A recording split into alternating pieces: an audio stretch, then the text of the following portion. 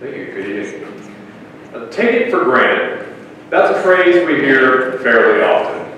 Or rather, don't take it for granted. As in, don't take your love for granted, or one day it might change. Don't take your health for granted. But take it for granted, as commonly defined in the English language, is taking something to be obvious, normal, regular, routine. Someone will park in the parking spot that you park in every single day, and you'll think, oh, shouldn't have taken that for granted. Or you'll take for granted the wind moving gently through the trees outside your window as just a part of your average, everyday morning. But maybe there's something more to it. Great thinkers of our time have done a wonderful job of going through ideas, understanding concepts, and finding inspiration in areas that we may have overlooked. The wind moving through the trees that you see every day outside your window could possibly lead to a discovery in efficient heating and cooling systems for buildings across the world. And that's what I'm going to talk about today. I'm going to talk about what we take for granted and benefits that can come from finding extraordinary in the ordinary. I'll start out with some things that I know I personally take for granted, some things that humanity has taken for granted but then found discoveries within, and then end with some benefits that humanity can see finding extraordinary in the ordinary. One thing I know I take for granted, and many of you may share this, is ads for prescription medications. Now let me explain. Look at how happy these people look. They look so happy. We have a guy smiling and laughing at the top and some celebrities down here smiling away. And you all know that the announcer over top is explaining 36 serious side effects included and not limited to explosive diarrhea, mild vomiting, and potential death. That doesn't sound happy to me. And yet I take for granted that ads look this way. It would shock me to see a prescription medication ad showing a real human being experiencing mild to moderate diarrhea after taking a pill for their fibromyalgia.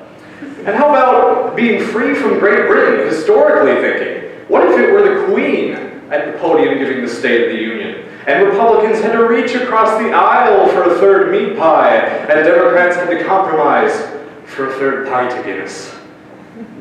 We took for granted that Nicolas Cage got away with theft.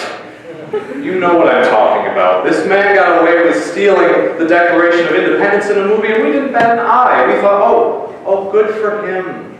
He stole a national document. We've been tricked, folks. We've been tricked by this man that we took for granted. And how about something completely different, giving birth? Let me explain that a little bit too. As tempting as the stork and the baby idea is, I understand the process of giving birth. I know where the baby comes out, how it comes out. If it comes out looking normal, it comes out as an egg. I feel like I understand the process. But you can imagine my shock that I was naive. That I took giving birth for granted as I introduced the gastric brooding frog. If any of you know this Australian amphibian, you'll understand why it's unique. This frog gives birth in a very unorthodox way. Once the eggs of its young are fertilized, it will swallow them into an inactive stomach, and once it is ready, quote unquote, it will give birth through an act of propulsive vomiting. Sounds more like a pill side effect from earlier than the way of giving birth. But this animal, as startling as it is that I took for granted, the way in which it gives birth offers so much more. Firstly, because it's extinct. Can't imagine why. And second, because it might not be in the future. This amphibian is one of a choice few animals being examined for de-extinction. De-extinction, a very recently coined term, given to the idea that an extinct species can be brought back to life through advanced genetics, through cloning, and through examining the genome of a related species, and then filling in the holes for the extinct one. And this just shows the possibility that we coined a term off of something that we took for granted. We took for granted extinction, but it's remarkable that extinction doesn't have to be taken for granted. It doesn't have to be permanent. Okay, how about this? Many of you have seen this. If you're a hiker, you'll come back from taking your dog on a walk, and it will be covered in these spiky little pods. Now, these pods they're the worst. They will cling to you stronger than Teddy Roosevelt clinging to an antitrust law. See, I took for granted that analogy would work. It may not have. But the spiky bird was taken for granted as being kind of annoying, something that just sticks to you. It's a piece of vegetation. But Georges de Mestral, a Swiss engineer, saw something much more than just annoyance in the bird. He saw a great construction concept. He didn't take it for granted, and what he came up with using the structure of the bird is the hook and loop fastener we commonly know as Velcro. Okay, that's a piece of vegetation. Let's move to something more normal that you see every day. Soap suds. Soap suds. You see them in the bath, the shower, the sink, on an everyday basis. Now, when I think of soap suds, I only think of the purest form of pain when they're applied directly to the eye. You've all experienced that, it's the worst.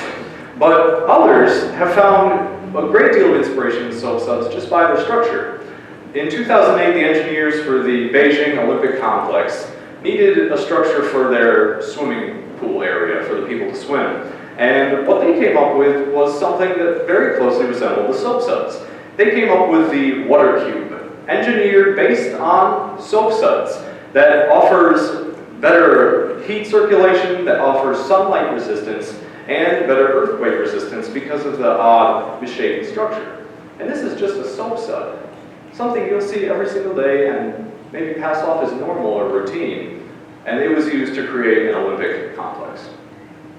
Okay, how about birds? I mentioned that you see the wind moving through the trees outside your window every day, but we see birds often as well. This is the common kingfisher, common throughout Asia, similar to perhaps a hummingbird. And you might notice it because its beak is so streamlined, it's thin, it's sleek. And when the kingfisher goes to hunt for food, it will literally pierce the water without even creating a ripple. And that was noted by Japanese engineer Eiji Nakatsu when they were designing something in the transportation sector. And he took the low drag and air resistance of the kingfisher and applied it to the Shinkansen series train. This is one of the super speed trains of the world that moves incredibly fast, and it's incredibly noisy as well. As you can imagine, going that fast, leaving a tunnel, it creates this kind of boom noise. And in order to prevent that from happening, they used the kingfisher, something common throughout Asia, to model this train after. And this is maybe one of the most notable examples of biomimicry. All these are, which is an entire science created to not taking nature for granted. It's finding ideas in nature and applying them to all aspects of technology and human life. And there are great organizations working to better this idea that what we take for granted can lead to amazing discoveries. The Long Now Foundation is one of these, and they work with processes like the Extinction and language preservation, among others, to foster this idea that let's not take our world for granted. They even place bets on the future through a program they call long bets. And these bets in a way, allow people to bet on what they think will happen in the future. So it's not taking for granted future outcomes. On the topic of language and cultural aspects, taking language is something I think we take for granted. Imagine a first date if neither people could speak to each other and it was just nonsensical babble. That would be very uncomfortable. But how about things like music in our culture too? Music, I think, maybe we don't take for granted for so much. We know that it's important. We know the calming effect that music can have on us. We listen to music all the time. But for some people, they knew music had more than just superficial calming powers. In 2004, a survey was conducted in Waterloo, Ontario, that tried to treat patients with doses of music. Patients that were recently diagnosed with Parkinson's disorder were literally given doses of music or vibroacoustic therapy to see if the effects of the disorder could be reined in or limited. And the effects were amazing and so much more than just calming. Patients saw less rigidity, they saw larger steps when they walked, and one woman, after being diagnosed with Parkinson's and given this therapy, saw her memory recall visibly just by being treated with music. So doses of music, technological inspiration from soap suds and birds, these are things we never possibly dreamed of, but were all accomplished just by taking the world we know and not taking it for granted. There is so much that can be accomplished just by analyzing our everyday life and finding new ideas. One of the greatest finds of our era, or recent years, was discovered kind of in this way by accident, not taking something for granted. Albert Einstein, dressed here to the nines in hideous shoes, noticed when he watched a man fall down, he noticed something. When I watch someone fall down, I laugh and point. I laugh and point and then pretend to be compassionate later on. What Albert Einstein did was watch this man fall and think to himself, did he feel his own weight as he fell? And then Einstein came up with relativity.